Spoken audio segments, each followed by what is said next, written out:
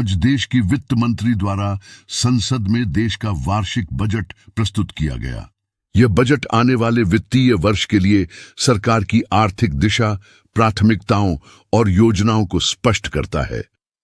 आज के इस वीडियो में हम इस बजट में किए गए सभी महत्वपूर्ण ऐलानों को सरल और शुद्ध हिंदी में समझेंगे। इस बजट का मुख्य उद्देश्य देश की आर्थिक वृद्धि को गति देना, रोजगार के अवसर बढ़ाना, निवेश को प्रोत्साहित करना और विकसित भारत की दिशा में आगे बढ़ना है। सरकार ने इस बजट में गरीब, मध्यम वर्ग, किसान, युवा और उद्योग सभी वर्गों को ध्यान में रखने का प्रयास किया है। सबसे पहले बात करते हैं देश की अर्थव्यवस्था की। सरकार ने इस बजट में वित्तीय अनुशासन पर विशेष जोर दिया है। राजकोषीय घाटे को धीरे धीरे कम करने का लक्ष्य रखा गया है ताकि देश की आर्थिक स्थिति मजबूत बनी रहे। इसके साथ ही बुनियादी ढांचे के विकास के लिए बड़े पैमाने पर पूंजीगत व्यय का प्रावधान किया गया है। सड़कों, रेलवे, बंदरगाहों और शहरी परिवहन के लिए भारी निवेश की घोषणा की गई है, जिससे रोजगार भी बढ़ेगा और व्यापार को भी गति मिलेगी। रेलवे और परिवहन क्षेत्र में कई नई योजनाओं की घोषणा की गई है।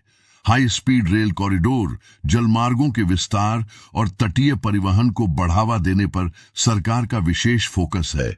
इससे देश के अलग अलग क्षेत्रों को आपस में जोड़ने में मदद मिलेगी और लॉजिस्टिक्स की लागत कम होगी।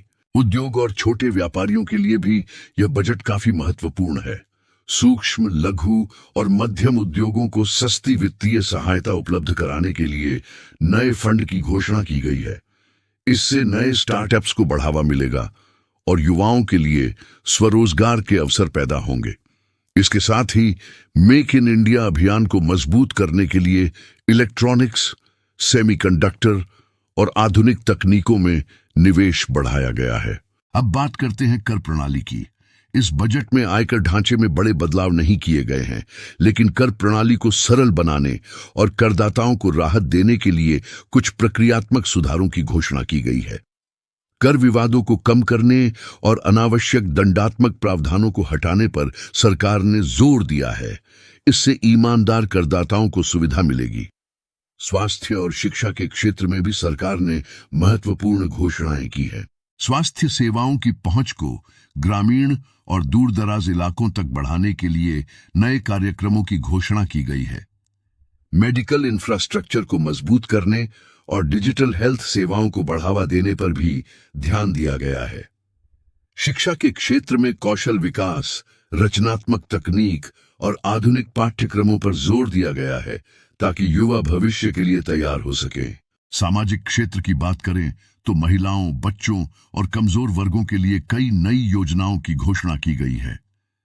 छात्रावास, प्रशिक्षण कार्यक्रम और रोजगार से जुड़े प्रोजेक्ट्स के माध्यम से महिलाओं को आत्मनिर्भर बनाने पर सरकार का फोकस है।